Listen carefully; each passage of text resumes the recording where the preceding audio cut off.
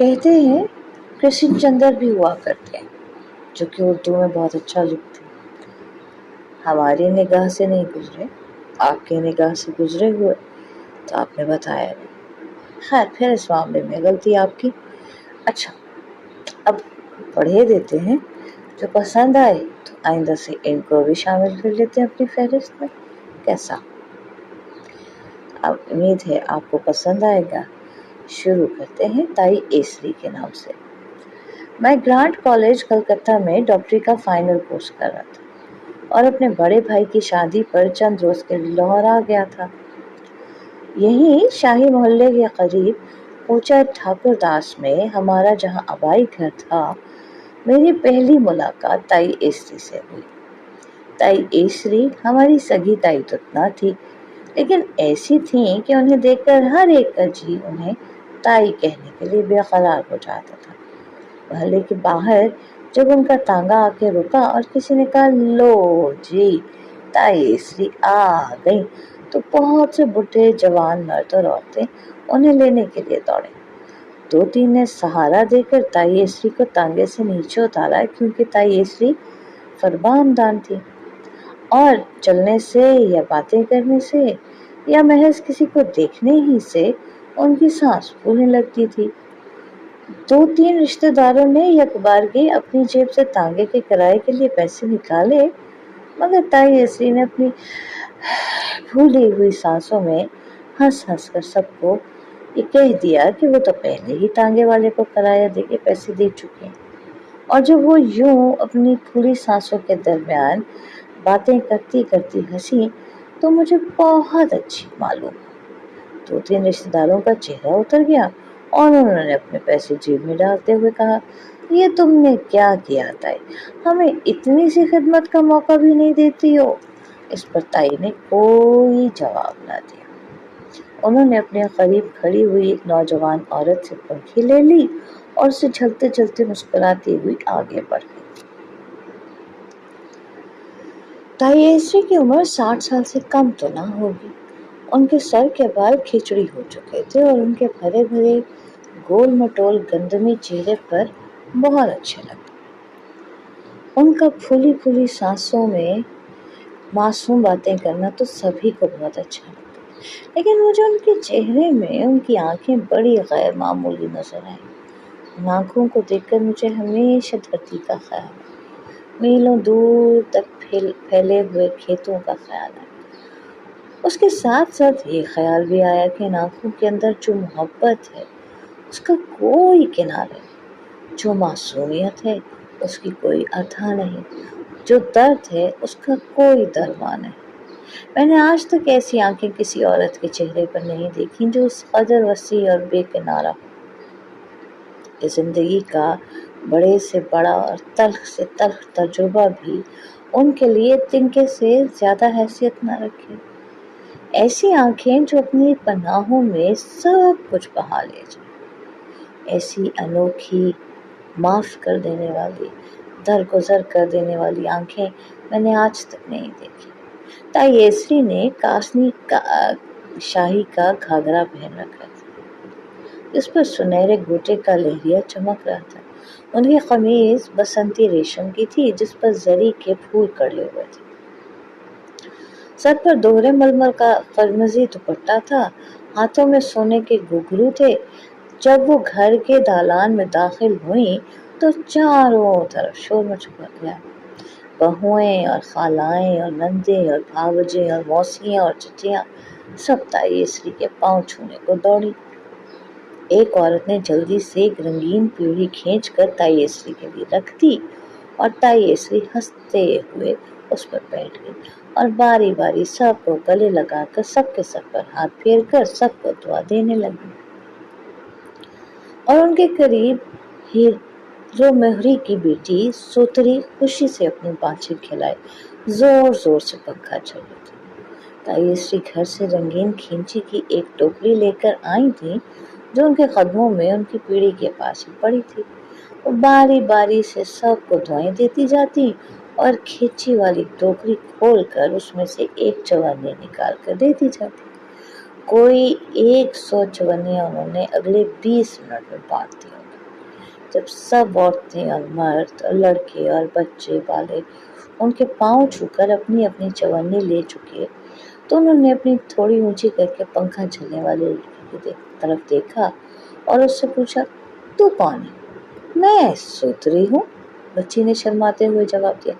آئے ہائے، تو جے کشن کی لڑکی ہے، میں تو بھول ہی گئی تھی تجھے، آجا گلے سے تو لگ جا۔ تائیسری نے اس کو گلے سے لگا لی بلکہ اس کا منہ بھی چوم لیا، اور جب انہوں نے اپنی اس کھینچی والی ٹوکری سے نکال کر چونی دی تو گھر کی ساری عورتیں قہقہا مار کر ہنس پڑی اور موسی کرتارو اپنی نیلم کی انگوٹھی والی انگلی نچا کر بولی، تائی یہ تو جے کشن کی بیٹی سوتری نہیں ہے، یہ تو ہیرو میری کی بیٹی ہے۔ ہائے میں مر گئی، تائیسری ایک دم گھبرا کر بولی۔ ان کی ساس بولی، ہائے ہائے ہائے، اب تو مجھے نہانا پڑے گا، میں نے اس کا منہ بھی چوم لیا، اب کیا کروں؟ تائیسری نے اپنی بڑی بڑی حیران نگاہوں سے موہری کی بیٹی سوتری کی طرف دیکھا، جو اب اس طرح دھتکارے جانے پر سسکنے لگی۔ یکایک تائی کو اس پر رحم آ گیا، انہوں نے پھر اسے اپنی باہوں میں پکڑ کر چمٹا۔ نا نا، تو کیوں روتی ہے؟ تو انجان ہے، تو دیوی ہے، تو کنواری ہے، تیرے من میں تو پرمیشور بستے ہے، تو کیوں روتی؟ مجھے تو اپنے دھرم کے کارن نہانا ہی پڑے گا، پر تو کیوں روتی ہے؟ ایک چونی اور لے لے۔ تائیسری سے دوسری چونی پا کر موہری کی بیٹی سوتری اپنے آنسو پوچھ کر مسکرانے لگی۔ تائیسری نے ایک بازو اٹھا کر پارے دالان میں گزرتی ہوئی ہیرو میری کو دیکھ کر بلند آواز میں کہا، نی ہیرو، میرے اشنان کے لیے پانی رکھ دے، تجھے بھی ایک چونی دوں گی۔ اس پر ساری محفل لوٹ پوٹ ہو گئی۔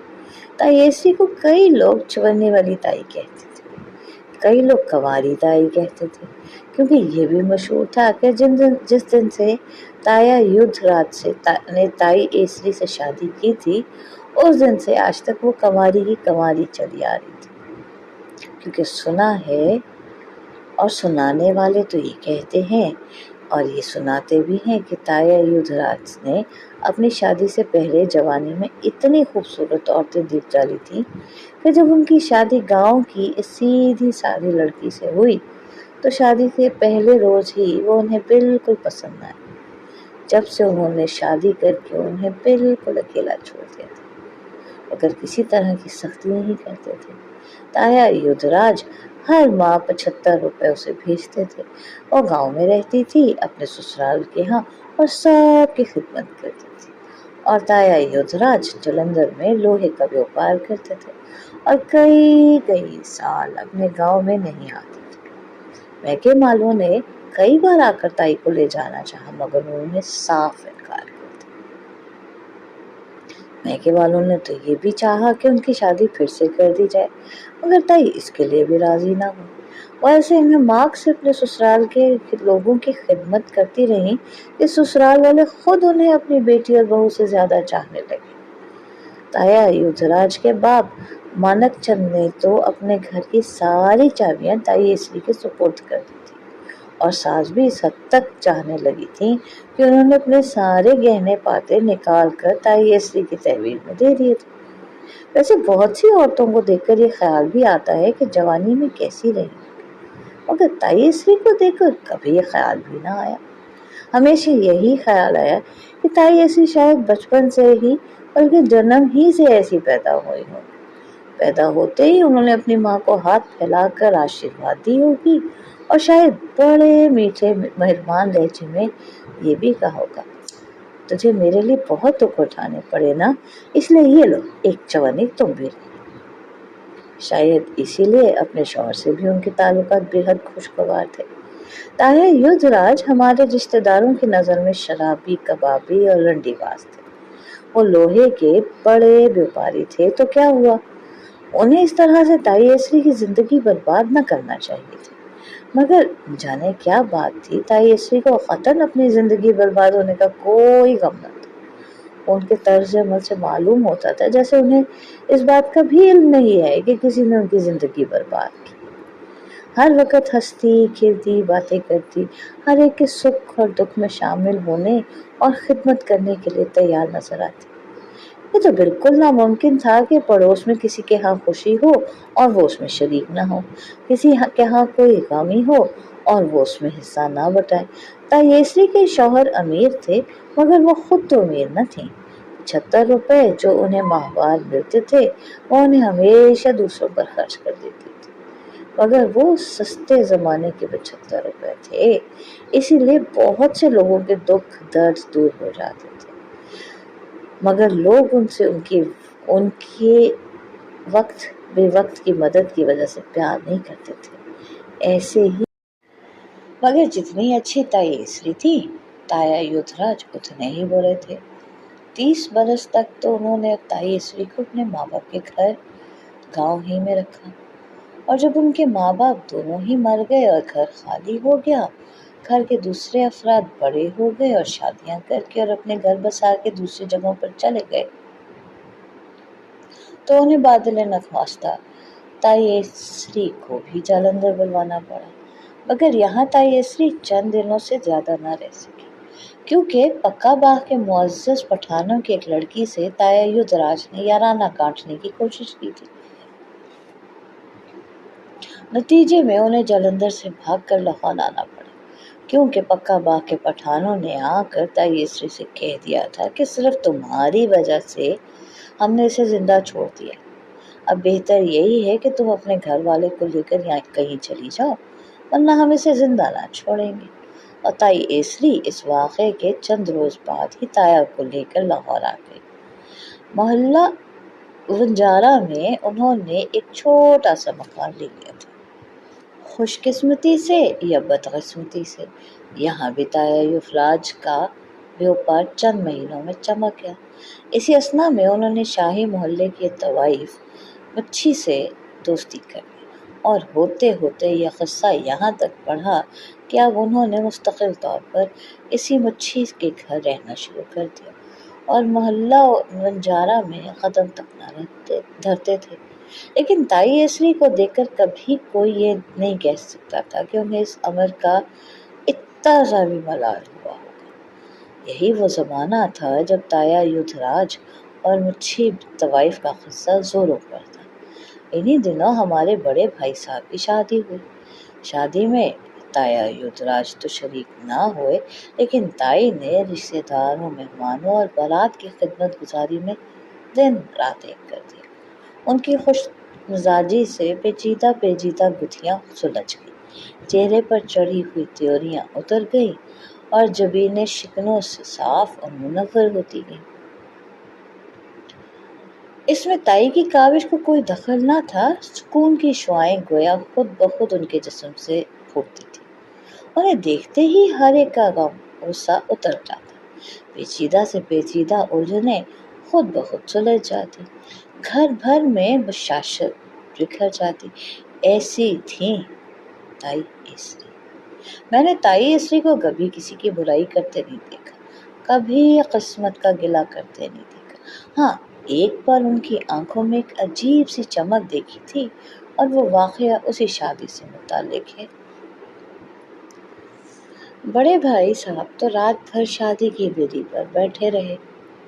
सुबह के 5 बजे शादी के बाद लड़की वालों ने अपने घर के हाल को जहेज का सामान दिखाने के लिए सजा दिया। पुराने ज़माने थे, उस ज़माने में सोफ़ों के बजाय रंगीन पीढ़ियाँ दी जाती थी और मुनक्किश पायों वाले पलंग दिए जाते थे। इस ज़माने में ड्राइंग रूम को बैठक या दीवान खाना कहा जाता था। मेरे बड़े भाई के ससुर मिलिट्री में एग्जीक्यूटिव ऑफिसर थे। चूंकि वो पहले हिंदुस्तानी एग्जीक्यूटिव ऑफिसर थे, इसलिए उन्होंने जहेज में बहुत कुछ दिया था और सारी ही नए फैशन की चीज़ें दी थी। हमारी बिरादरी में पहली बार जहेज में सोफ़ा सेट दिया गया। सारी बिरादरी में सोफ़ा सेट की धूम मच गई। दूर दूर के महलों से भी औरतें अंग्रेजी पीढ़ियों को देखने के लिए आईं। ताई इसरी के लिए भी सोफा सेट देखने का पहला मौका था।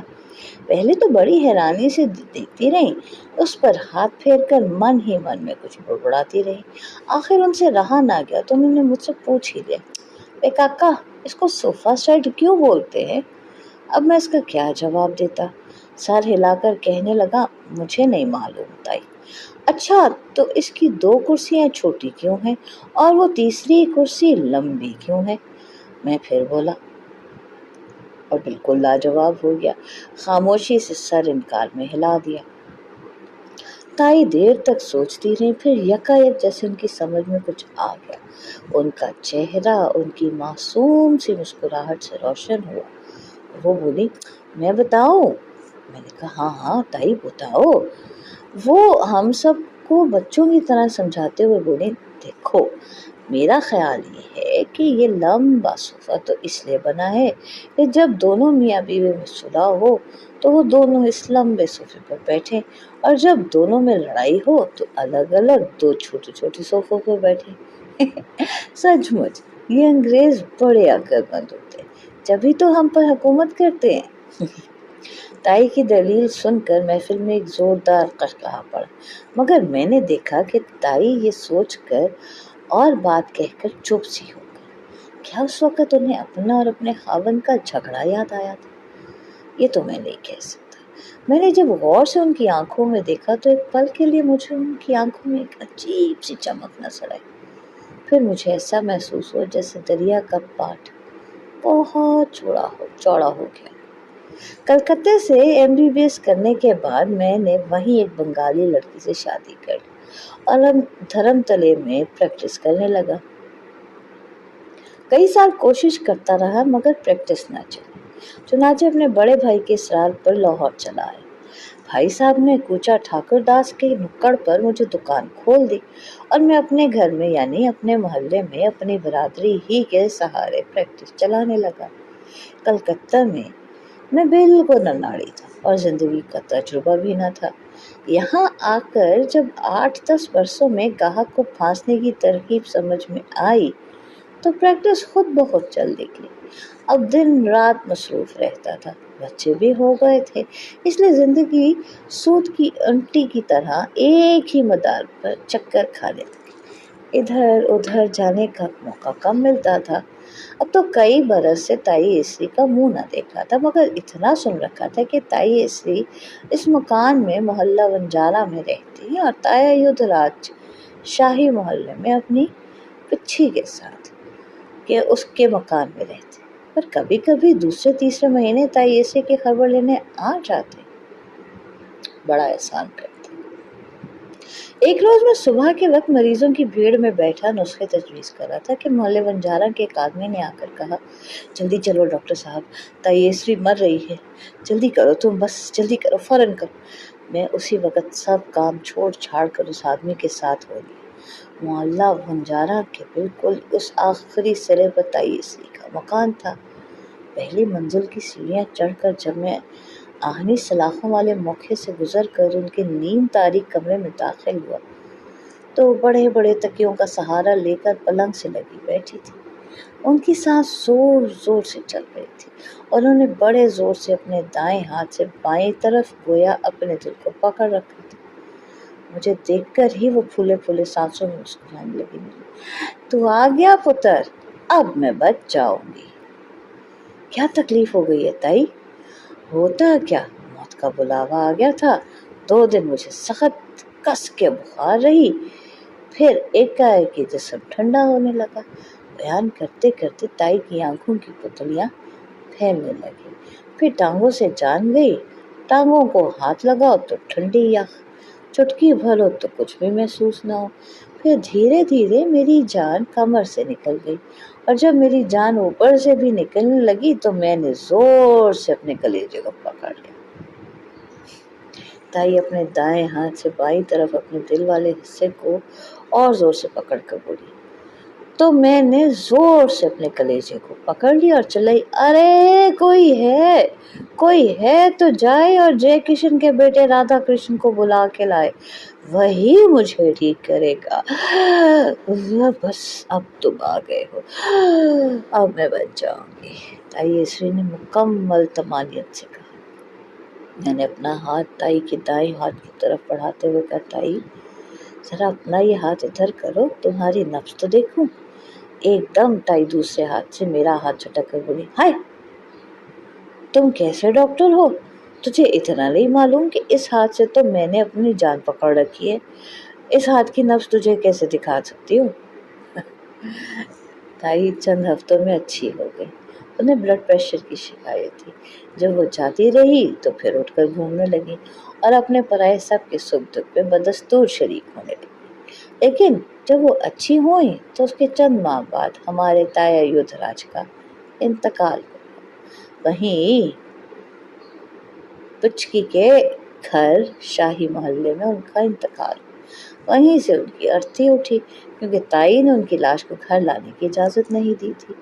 ताई नया अर्थी के साथ गई, ना उन्होंने शमशान घाट का रुख किया, ना उनकी आंखों से आंसू का एक खचरा तक निकला था। उन्होंने खामोशी से अपने सुहाग की चूड़ियां तोड़ डाली, रंगीन कपड़े उतार कर सफेद धोती पहन ली और माथे की सिंदूर पूंछकर चूल्हे की राख अपने माथे पर लगा ली। मगर उनके धर्म कर्म में और किसी तरह का फर्क न आया, बल्कि अपने सफेद बालों से वो अब इस सफेद धोती में और भी अच्छी लगने लगे। ताई की इस हरकत पर बरादरी में चहमगोइयां तो हुई, सबको अचंभा हुआ, कुछ लोगों ने बुरा भी माना, मगर ताई की इज्जत इस कदर थी कि उनके सामने जबान खोलने की किसी को हिम्मत ना पड़ी। चंद बरस और गुजर गए। अब मेरी प्रैक्टिस इस कदर चमक उठी थी कि मैंने मोहल्ले ठाकुर दास से शालमी गेट के अंदर कूचा कर्मा वाला और वच्छू वाली के चौक में भी प्रैक्टिस शुरू कर दी थी। सुबह में मोहल्ला ठाकुरदास में बैठता था, शाम को वच्छुवाली में। जिंदगी कुछ इस नहज से गुजर रही थी कि तायेसी को देखे हुए 1.5 बरस गुजर जाते थे, मगर घर की औरतों से तायेसी की खबर मिलती ही रहती थी। ताया युद्धराज ने अपने बैंक का रुपया तो बिच्छी को सौंप दिया था, मगर जालंधर की दुकान और मकान तायेसी के नाम लिख गए थे। उससे हर माह तायेसी को 150 रुपये किराया आ जाया करता था। वो बदस्तूर इसी तरह मोहल्ला बंजारा में रहती थी और दिन रात अपने धर्म कर्म में डूबी रहती थी। एक रोज इत्तेफाक से जब मैं शाही मोहल्ले में एक मरीज को देखकर लौट रहा था तो मुझे ताया युद्धराज की याद आ गई और उनकी याद से बच्ची की याद आ गई, क्योंकि बच्ची भी तो उसी शाही मोहल्ला में कहीं रहती थी। और जब बच्ची की याद आई तो मेरा जहन फौरन तायेसी की तरफ मुंतकिल हो गया और मेरा ज़मीर कुछ मलामत करने लगा।